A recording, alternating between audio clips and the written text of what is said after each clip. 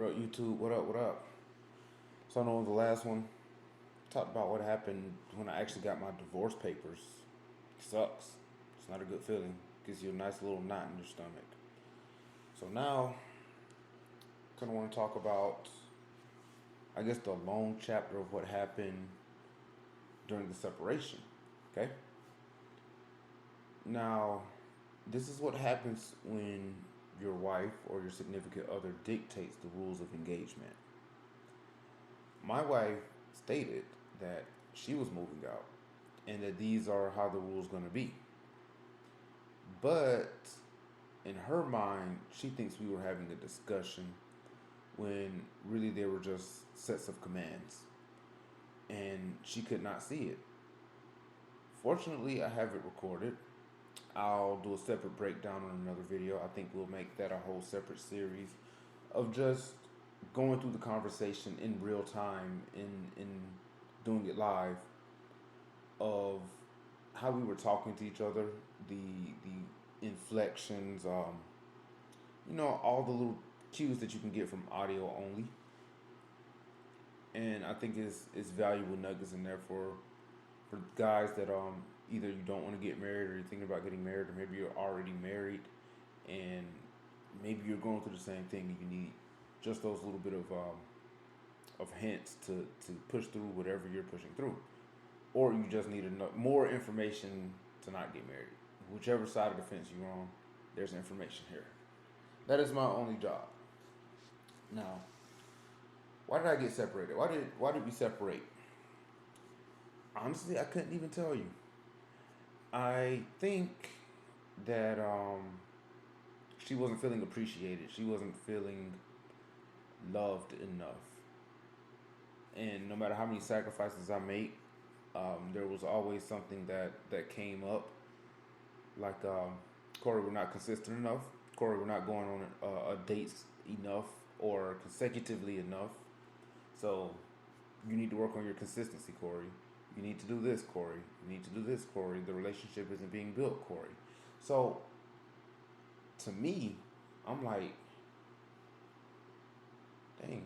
So I'm the only one doing the work in this relationship. What's up? What's going on? And again, like I said in one of my previous videos, I felt like the relationship was becoming performative versus mutually beneficial. So after she had enough, after she realized that, I guess the frustration level kicked up to level 11. She was out. She couldn't take it anymore. And man, I remember the day she walked out, or the day we had the discussion, because I was watching the It's Complicated channel, really learning, listening to the man interview these people on the street, and listening to his logic. His logic is freaking phenomenal. It is flawless, and it is something that I wanted to learn for myself. So I just started to listen to him, and it was considered red pill content, but really it's just an interview channel. He asks men and women the exact same questions, so it's not like it's a men's or women's hating channel or anything like that. No, it's just regular relationship based questions. That relationships are one of the third biggest things next to health and wealth. Health, wealth, and relationships. So of course it gained traction. Of course I'm going to be interested into it, interested in it, because I like talking about relationships. I enjoy the male female dynamic, sexual dynamics, if you will. I've been doing it since I was in high school, advising people, at least my close friends, on my perspectives on their relationships. Anyway, continuing. She heard me playing the It's Complicated channel in the kitchen. The bedroom is a solid 30 feet away from the kitchen, behind two closed doors. So even at maximum volume, you're probably going to hear a little bit of muffledness. But she treated it like it was the end of the world. She's catastrophized it, and I think she just needed something to grab onto in order to have that excuse to leave. Now, I don't know who's been feeding her information. I don't know if it was her sisters, her mother. I don't think it was her dad. and I'll explain those reasons a little bit later. I know it wasn't her brothers. Her sisters are high on the suspect list for me, especially one or two particular ones. But again, we'll talk about that later. So after she comes storming out the bedroom, asking me, Corey, why are you listening to that? After I had a long 16, 17, 18 hour day, um, she just needed an excuse. Corey, I'm leaving. I can't take it anymore. And I'm at home, bro. I could be out in the street. I could be getting my feet rubbed by some girl, you know. But no, I had to come home, and I was there. But like I said, that wasn't good enough. Everything had to be lined up. Everything had to fulfill her image of how the relationship should have gone. She wanted me to wear headphones when I listened to YouTube. You're gonna see the I don't want to say the controlling part. It's not the word I want to use, but whenever I listen to things like she called it red pill content. Whenever I listened to red pill content, she wanted me to wear headphones. But whenever I wore the headphones, she got upset and ripped it out my ear when I didn't hear what she was saying. So I have to be in two different places at the same time. I gotta go full Schrodinger's cat. I'm not doing something until you realize what I'm doing, and then it makes you upset. It's freaking weird.